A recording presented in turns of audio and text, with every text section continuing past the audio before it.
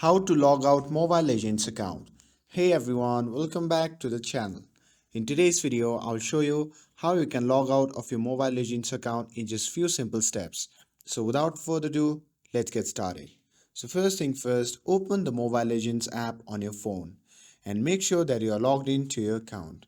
And once you are on the main menu of the Mobile Legends, simply tap on the profile icon shown in the top left corner of the screen. And once you are in your profile, simply tap on the account shown in the left side of the screen. And in the account section, you will see options to link your account with Moonton, email, TikTok, Google account, Facebook account, and WhatsApp account.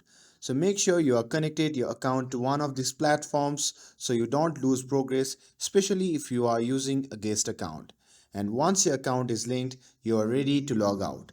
So simply go to the account center, which you will find on the right side of the screen, and from here simply tap on the device management and then simply tap on log out all to log out from all devices where your Mobile Legends account is active.